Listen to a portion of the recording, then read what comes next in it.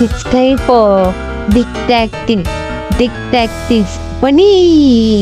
Detective Manimaran. அது ஒரு இருண்ட மற்றும் புயல் இரவு.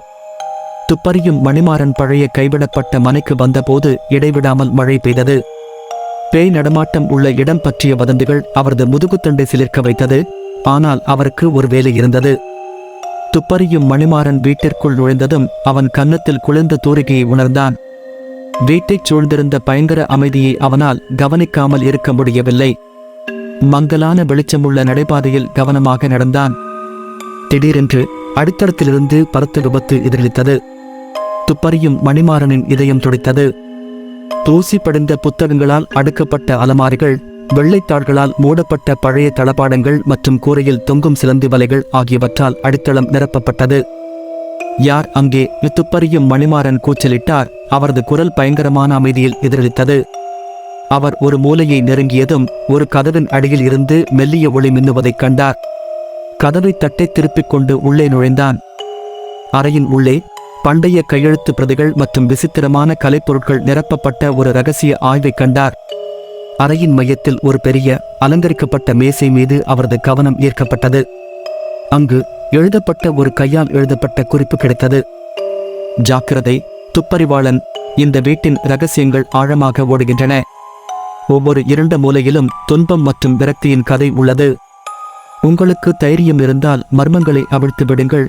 ஆனால் எச்சரிக்கையாக இருங்கள், ஏனென்றால் ஆவிகள் உங்களை தப்பிக்க விடாது. துப்பறியும் மணிமாறன் அறையைச் சுற்றி பார்த்தபோது ஆர்வத்தை தூண்டியது. திடீரென்று மேசையின் கீழ் ஒரு சிறிய மறைக்கப்பட்ட பெட்டியை கவனித்தார். உள்ளே 1900களின் முற்பகுதியில் இருந்த ஒரு குடும்பத்தின் புகைப்படத்தையும் வீட்டின் முந்தைய உரிமையாளரான வெங்கடேஷுக்கு சொந்தமான ஒரு பத்திரிகையையும் கண்டுபிடித்தார். பத்திரிகையின் முதல் சில பக்கங்கள் வெங்கடேஷ் சூனியத்தின் மீதான ஆவேசத்தையும் அதிகாரம் மற்றும் அழியாமைக்கான அவரது விருப்பத்தையும் வெளிப்படுத்தியது.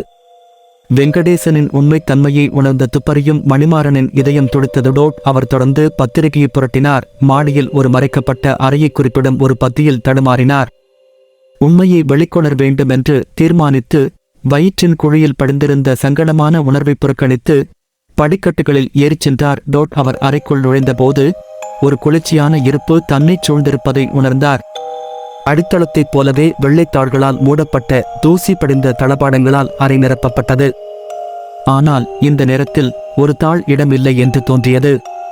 துப்பறியும் மணிமாறன் தாளை அணுகி எச்சரிக்கையுடன் அதை இழுத்து அதன் பின்னால் ஒரு மறைவான கதவை வெளிப்படுத்தினார். தைரியத்தை வரவழைத்துக் கொண்டு முழு இருளுக்குள் நுழைந்தான். அவர் அறை வழியாக ஒரு ஒளி சுழற்சி தேடுவதை உணர்ந்தார். இறுதியாக அவர் அதை கண்டுபிடித்து அதை அசைத்தார். கெட்ட பொம்மைகள் வரிசையாக அலமாரிகள் மற்றும் விசித்திரமான திரவங்கள் நிரப்பப்பட்ட ஜாடிகளை கொண்ட அலமாரிகள் அறை நிரப்பப்பட்டது. ஆனால் அவரது கவனத்தை ஈர்த்தது சூரில் தொங்கவிடப்பட்ட ஒரு உருவப்படம்.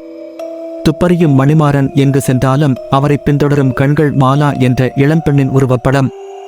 வீட்டில் நடந்த மாலாவின் சோக மரணம் குறித்து பத்திரிகை சுட்டிக்காட்டியுள்ளது. துப்பறியும் மணிமாறன் அந்த உருவப்படத்திற்கு அருகில் ஒரு அடி எடுத்து வைக்க அறை பலமாக குலுங்க ஆரம்பித்தது. அவர் அவசரமாக வெளியேற முயன்றார். ஆனால் கதவு பூட்டப்பட்டிருப்பதைக் கண்டார். வீட்டின் ஆவிகள் தங்களை வெளிப்படுத்தியது. அவர்களின் கொடூரமான உருவங்கள் காற்றில் மிதந்ததால் பீதி அவரை உட்கொண்டது. எங்கள் வீட்டை அத்துமீறி நுழைய துணிகிறாயா? ஒரு பேய்க்குரல் ஒலித்தது. துப்பறியும் மணிமாறன் வேகமாக யோசித்து பாக்கெட் கடிகாரத்தை வெளியே எடுத்தான். அவர் வெங்கடேஷ் பத்திரிகையிலிருந்து ஒரு பத்தியை உரக்க வாசித்தார். ஆவிகளுக்கு அவர்களின் நித்திய ஓய்வை உறுதியளிக்கும் மந்திரத்தை வாசித்தார். வார்த்தைகள் அவன் உதடுகளை விட்டு வெளியேறிய போது ஆவிகள் வலியால் அலறி காற்றில் மறைந்து மீண்டும் ஒருமுறை முழு அமைதியில் வீட்டை விட்டு வெளியேறியது. துப்பறியும் மணிமாறன் தனது விசாரணையில் திருப்தி அடைந்தார்.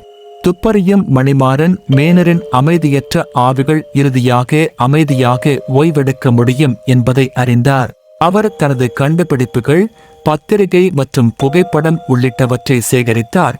மேலும் பேய் மேனரை விட்டுச் சென்றார். அதன் குளிர்ச்சியான இரகசியங்களுடன் எப்போதும் பின்னிப் பிணைந்தார்.